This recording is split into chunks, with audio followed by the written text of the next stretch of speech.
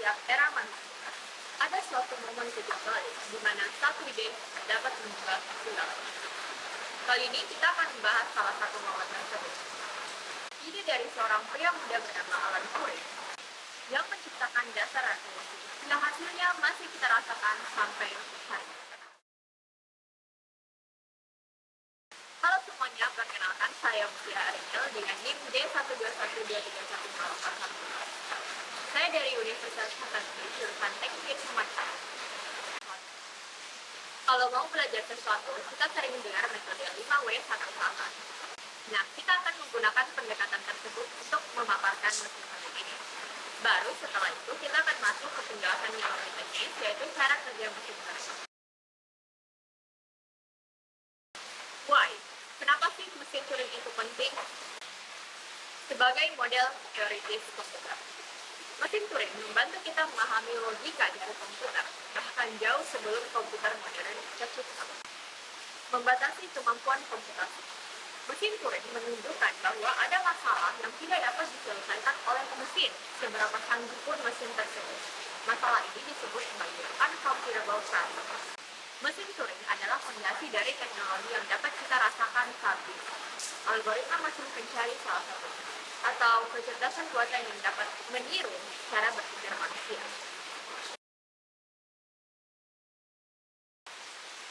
What?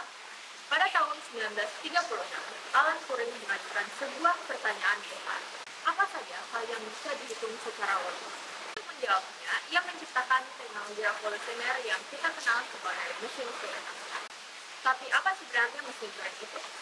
Mesin Turing adalah sebuah model matematis yang dirancang untuk memproses informasi secara sistematis.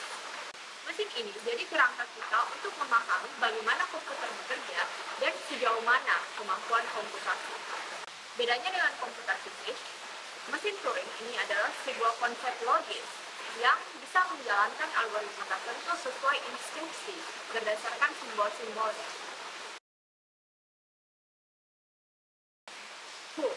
Alan Turing itu siapa sih? Dia adalah seorang matematikawan asal Inggris yang lahir pada tahun 1912. Sejak muda, Turing sudah memiliki bakat yang luar biasa dalam logika. Dia suka nanya pertanyaan-pertanyaan kayak, apakah mesin bisa berpikir dan sampai di mana batas kemampuan mesin? Di makalahnya yang terkenal Uncomputable Numbers, Turing menciptakan model yang menjadi dasar komputer modern saat ini. Selain itu, dia juga berjasa dalam memecahkan kode enigma Jerman pada Perang Dunia Kedua. Sayangnya, hidupnya berakhir tragis pada usia 41 tahun. Tetapi ide-idenya terus hidup sampai saat ini. Mulai dari smartphone yang kita gunakan sehari-hari, sampai teknologi kecerdasan buatan, semuanya berakar dari konsep mesin Turing. Where and when? Mesin Turing pertama kali diperkenalkan pada tahun 1936 lewat makalah yang Alan Turing tulis saat dia berada di University of Cambridge, Inggris. Makalah ini muncul sebagai jawaban atas pertanyaan besar di bidang logika, yaitu Unscheduled Problem oleh David Hilbert. Unscheduled Problem berbunyi, apakah ada cara mekanis yang dapat menentukan benar salah dari sebuah pernyataan matematika? Lewat mesin Turing, Alan Turing menjelaskan bahwa ada batasan terhadap apa yang bisa dihitung. Tidak semua masalah punya solusi yang bisa dihitung secara logis. Perkenalkan, nama saya Muhammad Rizkul Akbar Adlan dengan NIM D121231037. Saya mahasiswa Fakultas Teknik, jurusan Teknik Informatika Universitas Hasanuddin. Karena tadi kita sudah membahas 5 W-nya, maka selanjutnya kita akan membahas 1H. How? Bagaimana cara mesin Turing ini bekerja? Oke, kita akan membahas bagaimana mesin Turing ini bekerja. Tapi sebelum itu, sebaiknya kita memahami komponen-komponen yang ada di dalam mesin Turing. Oke, simpelnya terdapat 5. Yang pertama ada yang namanya infinite tape, yang kedua itu ada namanya head, yang ketiga itu ada namanya state, oke. Yang keempat itu ada yang namanya transition table, kemudian yang kelima itu adalah halting state. Oke, yang pertama infinite tape. Infinite tape ini berupa, bisa dibilang kalau Indonesianya itu pita, oke. Jadi pitanya ini berisi kotak-kotak yang nanti isi kotaknya itu adalah simbol. Misalkan simbol 1, angka 1, 0, 1, 0, 1, 0 gitu. Umumnya seperti itu. Nah, infinite tape ini itu merupakan sebuah memori yang dimana nanti disitulah mesin Turing menyimpan atau mengolah informasi. Oke, jadi infinite tape itu fungsinya untuk menyimpan dan mengolah informasi. Oke, lanjut ke yang kedua, yaitu head. Jadi head ini dia punya 3 fungsi. Yang pertama, dia bisa membaca dari data-data yang ada di dalam infinite tape tadi, kemudian dia bisa mengisi atau menuliskan data-data ke dalam infinite tape yang tadi, kemudian dia bisa bergerak ke kiri ataupun ke kanan dari setiap kotak-kotak yang ada di infinite tape tadi. Oke, selanjutnya yang ketiga itu adalah state. Nah, mesin Turing ini punya banyak keadaan dan keadaan tersebut disebut dengan M configuration. State ini juga berfungsi sebagai penentu apa yang akan dilakukan selanjutnya sesuai dengan aturan yang ada. Nah, yang keempat itu ada namanya transition table. Oke, transition table. Nah, ini adalah hal yang paling unik di mesin Turing menurut saya, karena inilah yang membuat dia bisa menyelesaikan masalah-masalah komputasi apapun itu. Dia bisa menyelesaikan masalah penjumlahan, palindrom, dan sebagainya. Karena setiap kali kita mau menyelesaikan suatu masalah, kita menyetel secara manual bagaimana efisiennya di transition table tersebut untuk menyelesaikan masalah-masalah tertentu.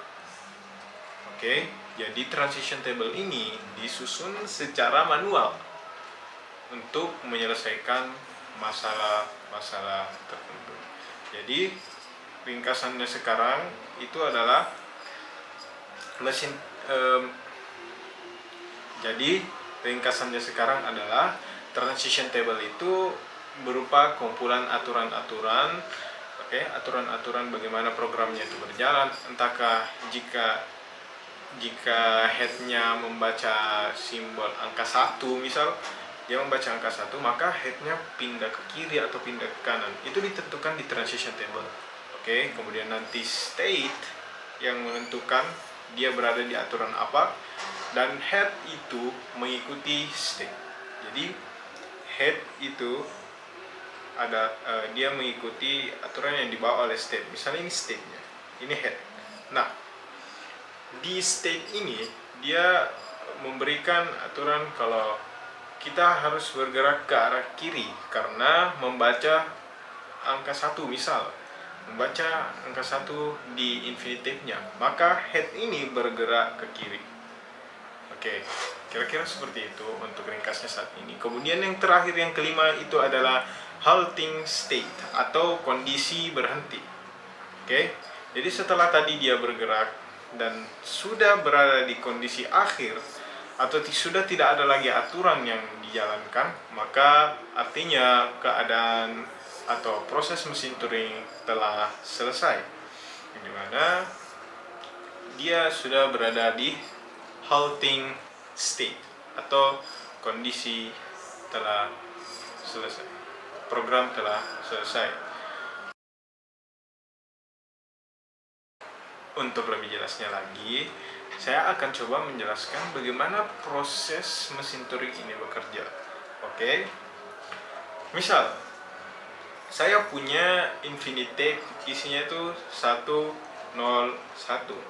Oke, 101. Nah, terus kondisi awal atau state awal itu berada di 0. Oke, dia berada di 0. Otomatis headnya juga berada di 0. Nah, transition table saya set jika saya ketemu angka 0 atau angka 1, maka bergerak ke kanan. Oke. Jika saya sudah tidak menemukan simbol apapun, maka ke halting state atau program telah selesai. Nah, ketika berada di state awal tadi, kan itu angkanya 0.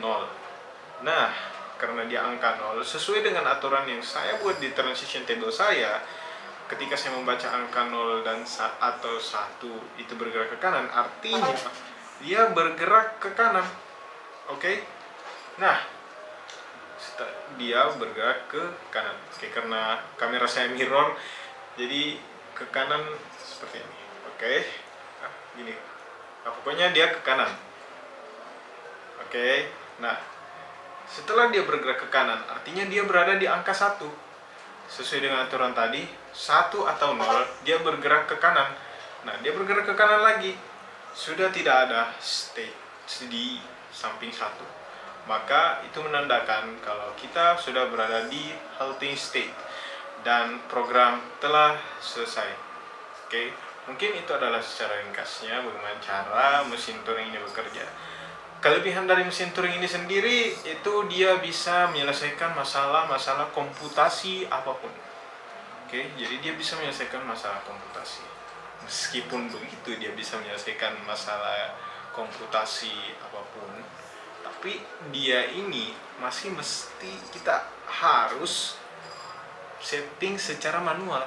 Kayak kita harus mengatur transition table tadi itu, kita atur kondisinya, kita buat aturan bagaimana caranya seefisien mungkin untuk menyelesaikan masalah-masalah tertentu yang mau kita selesaikan.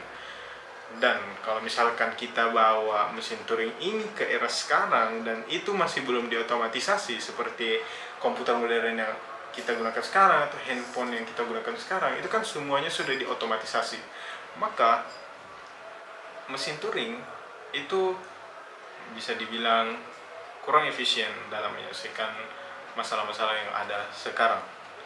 Oke. Namun mesin Turing itu menjadi dasar dari semua yang modern saya sebutkan tadi, seperti komputer, handphone ataupun kamera, dan banyak hal yang teknologi modern itu yang dia punya dasar adalah mesin Turing. Meskipun begitu, teman-teman, Turing ini atau mesin Turing ini, si Alan Turing, dia mengajarkan kita satu hal. Apa itu? Ketika kita punya sebuah ide, kemudian kita punya keberanian untuk mengejar atau membuktikan kalau ide kita ini benar-benar bisa mengubah segalanya, maka tidak ada yang bisa menghalangi kita untuk mengubah segalanya.